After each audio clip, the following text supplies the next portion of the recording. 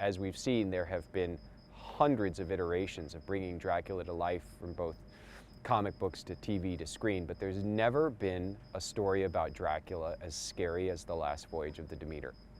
I believe that this is the first time I've ever seen Dracula portrayed in such a terrifying, unforgivably horrifying way, and that is something that I think has always been missing from the Dracula story. I love all the philosophical ideas that are wrestled with in the Dracula narrative. I love that he's been this erotic and dark and, very cool character, but Dracula's definitely never been as horrifying as he will be in The Last Voyage of the Demeter.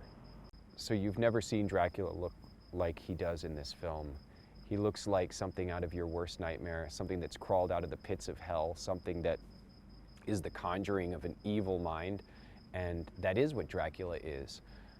We all fear death.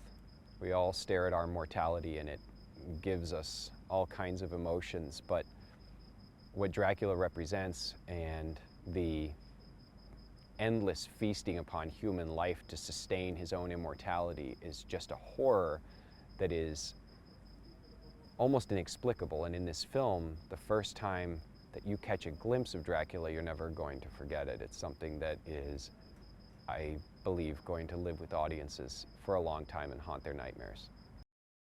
This is a dramatic telling of one of the most incredible chapters of one of the greatest books ever contributed to the horror pantheon, and it tells a story of death coming in all of its horror for these people, just like it will come for all of us, and there's nothing, it seems, that they can do about it, and yet, against all odds, they're going to try to figure out a way to defeat it.